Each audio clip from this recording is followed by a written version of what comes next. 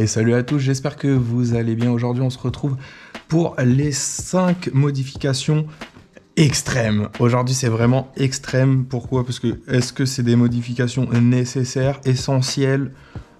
On va, ou plutôt, je vais répondre à cette question aujourd'hui, car il y a des pièces plus ou moins utiles. Et ben, on va commencer tout de suite par le support d'amortisseur arrière. Le support d'amortisseur, qu'est-ce que c'est? C'est cette belle pièce qui est ici. Celle-là. Il y en a de plusieurs formes, il y en a de plusieurs couleurs. Il n'y a pas que la marque GPM, bien évidemment. Il y a d'autres marques. Tous les liens, comme les autres vidéos, sont dans la description. Ici, je pense que c'est ici. Là, voilà. Je vous ai mis la fiche qui vous redirige vers le tuto... vers le montage de la pièce où je l'explique, le poids en détail, etc. Est-ce que c'est une pièce plus ou moins utile? Je dirais oui. Oui, parce que ça renforce la solidité du châssis en général. Ça fait moins tanguer. Bon, ça bougera toujours parce que toute la cage est en plastique. Mais au moins, ça permet de moins flexer au niveau des suspensions. Ça a une meilleure rigidité. C'est plus ou moins utile. Est-ce que... c'est urgent de la changer? Non, c'est pas une urgence absolue. La pièce d'origine, malgré qu'elle se flexe, elle n'est pas cassable d'aussitôt. C'est pas une obligation d'acheter ça tout de suite. Mais ça rajoute un style quand même. On passe maintenant à la pièce numéro 2. La pièce numéro 2, c'est le set d'engrenage Vitavone. Alors le set d'engrenage Vitavone, pareil. La petite fiche ici, il y a deux fiches. Il y a la fiche pour le pont arrière et la fiche qui est à l'avant. Bien sûr, au moment où je fais cette vidéo, je n'ai pas fait le tuto, sinon je ne peux pas vous montrer ça. Mais en réalité, c'est du montage, etc. Des fois, c'est monté la même journée. Du coup, je peux me permettre de vous montrer le set. Donc ça, c'est celui de l'avant. Je me lève, juste pour me rapprocher mieux. Donc voilà, c'est du Vitavone, c'est de l'hélicoïdal, comme on peut le voir. C'est pas du pignon droit. Ça, c'est l'avant. On reconnaît parce que l'avant, il y a la tige. À l'arrière, il n'y a pas de tige. Dans le set aussi, on a des petites rondelles de calage. Alors pourquoi les Vitavone, je vous conseille celle-là? Est-ce que c'est plus ou moins utile? Je vais vous y répondre juste après. Mais pourquoi les Vitavone et pas des... engrenages droits renforcés de chez Traxxas?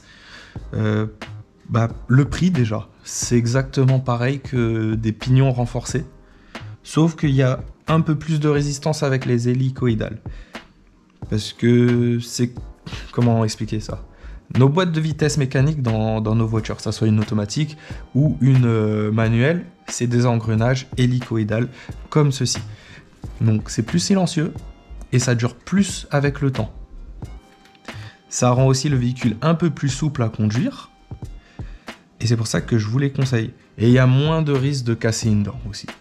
Il y a moins de risques. Après, tout dépend aussi comment vous roulez. Si vous roulez comme, excusez-moi du terme, un gros bourrin, à faire des grosses accélérations, des gros freinages, à lancer l'UDR à 2 mètres de haut, faire des atterrissages de taré, hein, il n'y a pas d'autre mot, vous allez casser.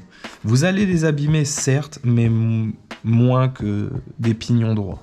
Du coup, ça, moi, je vous les conseille. À changer rapidement, oui ou non, je dirais non, vaut mieux déjà les avoir. Donc, si vous avez déjà des couronnes renforcées Traxxas, GPM, à pignon droit, c'est pas la peine de les acheter. Si par contre, vous prévoyez de changer vos pignons et votre couronne, achetez le set, vous le mettez dans un coin, et puis dès que le moment viendra où il faudra échanger, changez-les. Sinon, tant qu'il n'y a pas une dent qui est abîmée ou autre, ne changez pas tout de suite. Et pour en revenir au prix, c'est le même prix que des renforcés. Du coup, moi, je vous conseille d'acheter celle-là directement que des pignons droits. C'est pas un engin de bâche, hein, aussi. Donc voilà. Pour la troisième modification que je conseille sur l'UDR, qui peut rajouter surtout du style, c'est le set de suspension. Qu'on voit bien à l'avant, là, regardez-moi ce joli set de suspension avant, arrière, c'est du GPM, excusez-moi, c'est la version 2. Donc voilà, c'est là. Alors la version... Non, excusez-moi, c'est pas la version 2, c'est la version 1. Pareil, là j'ai mis deux fiches parce que j'ai fait 2 vidéos, j'ai fait l'arrière et l'avant, ou l'avant et l'arrière, je sais plus dans quel sens. 2 vidéos distinctes pour éviter que ça soit trop long. Pourquoi je vous les conseille? Est-ce que c'est utile ou pas? Je vais vous y répondre. Pourquoi je vous les conseille? Alors de 1, les arbres de suspension, je sais pas si on les voit bien, les arbres de suspension sont beaucoup plus épais que ceux d'origine.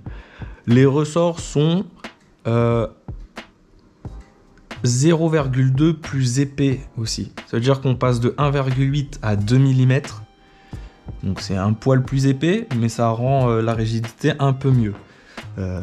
On a les réservoirs gros volume aussi, qui permettent à l'huile de mieux pas circuler, mais d'avoir un comportement plus souple et moins comment dire, pas agressif, mais moins rigide en fait. Le comportement est mieux, ça travaille mieux sur la suspension.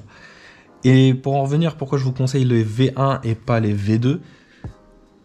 Alors les V2 déjà sont plus chers, mais c'est pas par rapport au prix en fait que je les conseille pas. On peut acheter le kit V2 pour l'arrière, les suspensions arrière, et il n'y aura pas de problème. Par contre, pour les suspensions avant, le kit V2, c'est mort. C'est mort oui ou non en fait. Faudrait pas acheter le kit complet, faudrait juste acheter ces deux-là en V1. Donc celle où à l'avant où il n'y a pas le ressort, et à l'arrière on pourra mettre du V2. Parce que en fait quand la compression se fait, je sais pas si on voit dans la vidéo, mais ici ça arrive pile poil. En fait le V1 il arrive pile poil, du coup il n'y a pas de problème que le V2, je sais pas si j'ai dit le V1, le V1 il n'y a pas de problème, je leur dis. Mais le V2 en fait ici il y a un petit truc rouge, une petite butée de réglage, excusez-moi, et en fait on peut pas faire la compression maximum, ça tape. Après, est-ce que c'est grave ou non? Je pense que ça a été conçu pour pouvoir avoir des bons chocs et que ça ne touche pas.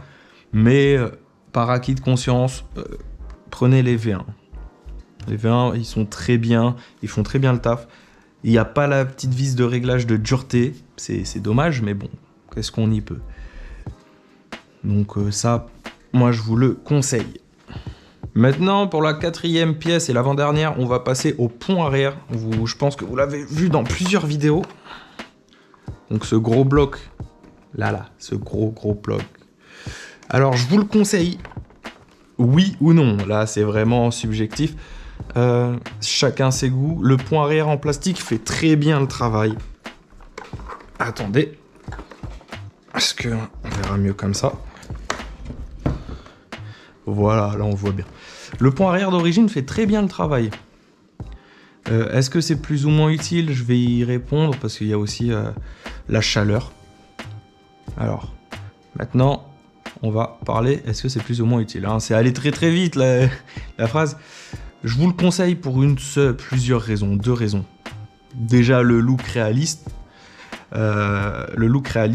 Excusez-moi. Il permet d'emmagasiner plus de chaleur, c'est-à-dire la chaleur qui est dedans quand on roule. En fait, elle va mieux s'évacuer. On connaît les caractéristiques de l'aluminium, pas comme le plastique. Le plastique, ça va concentrer en un seul point, ça va moins se diffuser en fait. Ça va mettre plus longtemps à se diffuser que là. Dès que le point chaud va être ici, vu qu'ici et ici c'est frais, la chaleur va se dissiper sur les côtés de l'aluminium et mieux dégager la chaleur. En fait, la transmission chaleur-fraîcheur va mieux se faire, comparé à une pièce plastique. Ça, c'est la première raison pourquoi je le conseille. Deuxième raison, c'est... je pense que c'est juste ça. La solidité aussi. Comme je disais, c'est rare de casser le pont arrière. Niveau flexibilité, j'ai pas essayé, mais c'est quand même assez solide niveau flexibilité.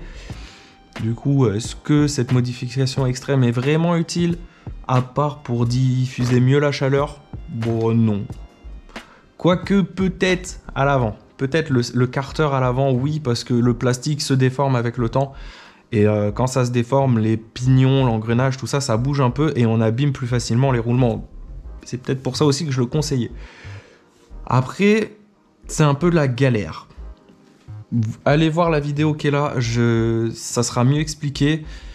sinon on va passer beaucoup trop de temps parce qu'il faut faire beaucoup de modifications. Ça c'est un générique, c'est pas la marque, mais même la marque, je pense qu'il faut faire des modifications. Il faut fabriquer son propre joint de silicone par exemple entre le pont et le carter pour pouvoir que ça soit bien étanche.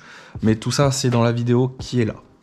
Et la dernière modification extrême V1 ou V2, peu importe, c'est ça. Pareil, il y a la petite fiche qui est là. Les jantes Vitavon, bien évidemment. Ça fait partie des modifications les plus extrêmes avec les pneus Airax de Proline. Alors ça, c'est les V2, c'est les jantes V2 qui vont exclusivement avec ces pneus. C'est exclusivement pour ces pneus. Les jantes V1 sont pour les pneus d'origine Traxxas. Pourquoi je les recommande? Après, il y en a aussi des 100 marques. Mais comme j'ai dit, ces jantes-là sont exprès que pour ces pneus-là, les V2. Pourquoi je conseille des jantes aluminium malgré qu'elles soient plus lourdes? Pas que pour le style, même si, on va pas se mentir, ça jette un max. En fait, la raison, elle est très simple. C'est que les jantes en plastique, les anciennes là que je suis en train de poncer, elles se déforment.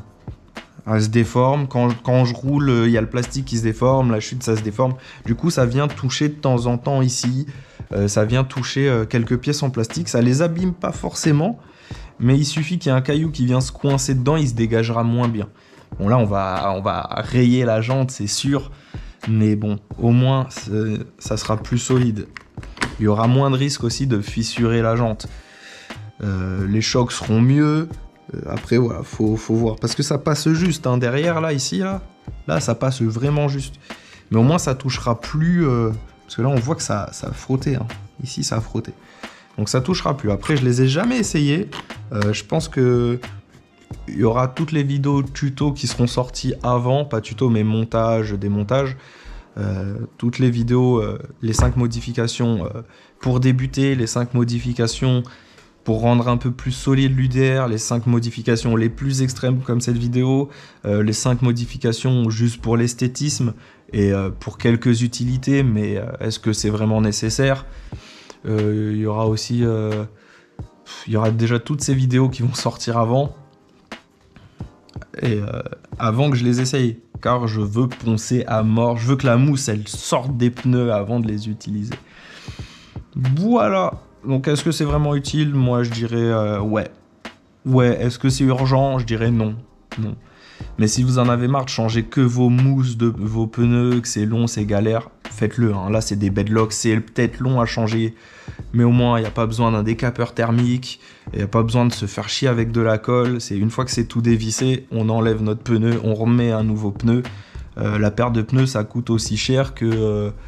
un petit peu moins cher qu'une paire complète de roues Traxxas. Donc c'est sûr que de base, acheter les jantes plus les pneus, ça revient extrêmement cher. Mais à la longue, si vous cramez vos pneus à longueur de temps, ça vous économiserez sur le long terme. Voilà, c'était tout pour cette vidéo des plus extrêmes, les modifications les plus extrêmes, utiles, inutiles. Est-ce que c'est nécessaire sur le Traxxas UDR? Moi, je vous fais des bisous. N'oubliez pas de vous abonner, de lâcher un petit commentaire, ça fait toujours plaisir, vraiment. Faites-le, je vous encourage à le faire.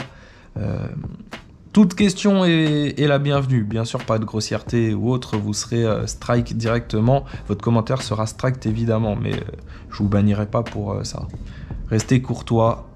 Je le répète, un petit like, un petit abonnement, un petit commentaire, ça fait plaisir, je vous fais des bisous et on se retrouve très très vite pour d'autres vidéos. Allez checker dans la description, n'oubliez pas, il y a tous les liens dedans, je me suis fait chier pour ça.